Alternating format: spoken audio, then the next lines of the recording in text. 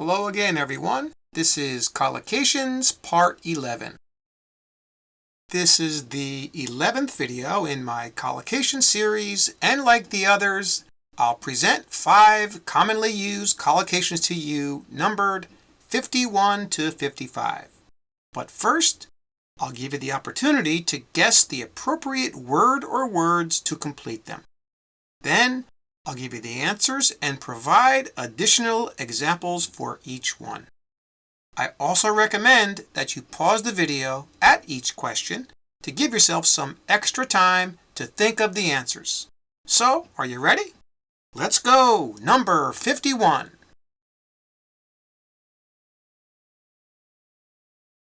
And the answer here is B, regardless of. The collocation is regardless of the consequences. And our example reads, regardless of the consequences, the mayor closed the beach during the holiday season because there were sharks spotted in the area. Alright, so if you do something regardless of the consequences, then you're doing it without being influenced by what might happen to you. In this case, in our example, the mayor closed the beach during the holiday season when many people were going there because of sharks. So even though he probably was going to get in trouble with people who were doing business on the beach, he still closed the beach, okay? Regardless of the consequences. Which he would probably get in trouble with people who live there, right? Who were doing business there, okay? Now, the two other choices, because of the consequences or instead of the consequences, they both don't work here. Okay? It wasn't because of the consequences. All right? It was kind of the opposite, regardless of them. All right? And instead of doesn't work either. All right, here's another example. She was very bold and skipped school last week, regardless of the consequences. Okay, so she was bold in our example, right? Because even though she probably would have got into trouble, right? Regardless of her getting into trouble, she still skipped school, all right? Regardless of the consequences, that's a very commonly used collocation. All right, and now for number 52.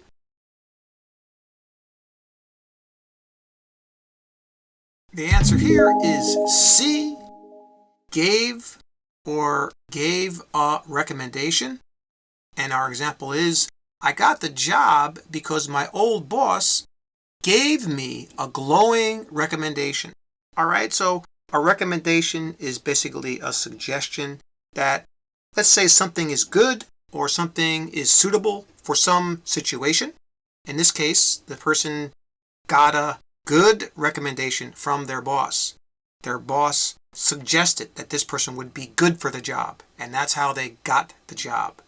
Now, the other two options here, they kind of mean to give something, but they're not used with this kind of a phrase, okay? This kind of a collocation. Here's another example.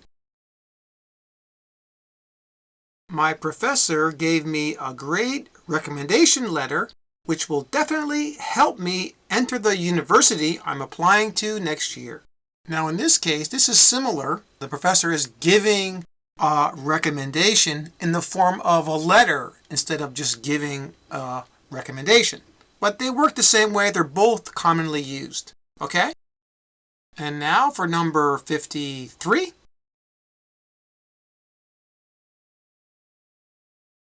And the answer here is A, throughout the night. And our example reads, he worked on his essay throughout the night, so he was able to submit it for his morning English class. All right, so to do something throughout the night means during the night, usually the whole night, if it's throughout the night. Okay, that's kind of what it means. All right, this is used a lot too. Now, his essay in the night, we don't say in the night, even though it does happen in the night, but we don't say it like that. All right, the same thing with over the night. Very close. Over the night.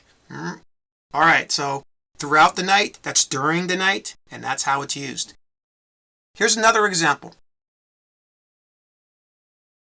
The city has worked throughout the night and made the bridge safer for traffic this morning. All right, so we have the same kind of an issue here with working during the night, all right, or throughout the night. It's not specific about how much time during the night, but just throughout the night. It usually implies that most of the night. Okay, that's our collocation. All right, here's number 54.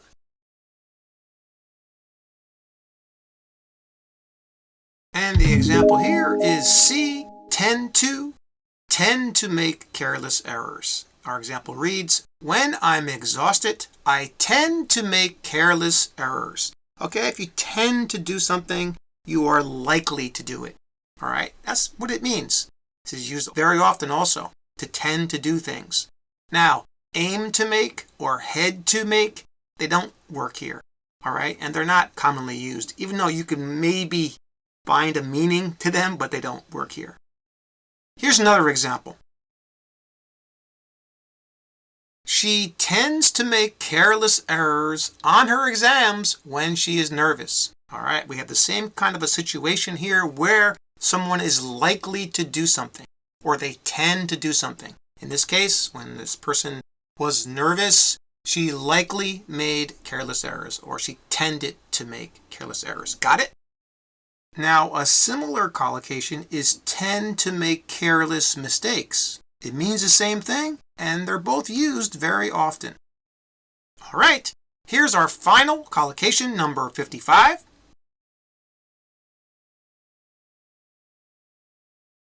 And the answer here is A, considerable improvements.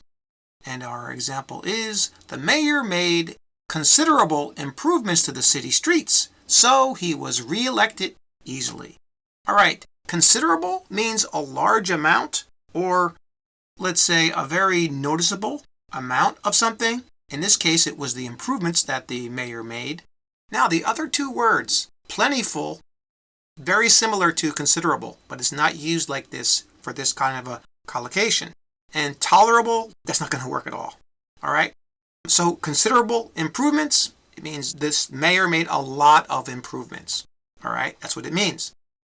Here's another example.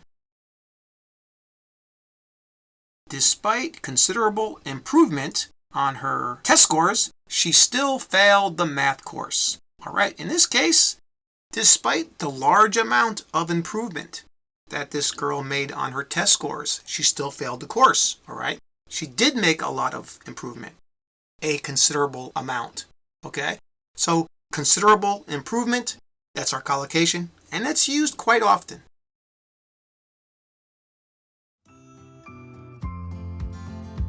All right, that's all for this video. Thanks again for subscribing, everyone, and please like and share this video if you get a chance. And remember what I always say, keep practicing! See you next time.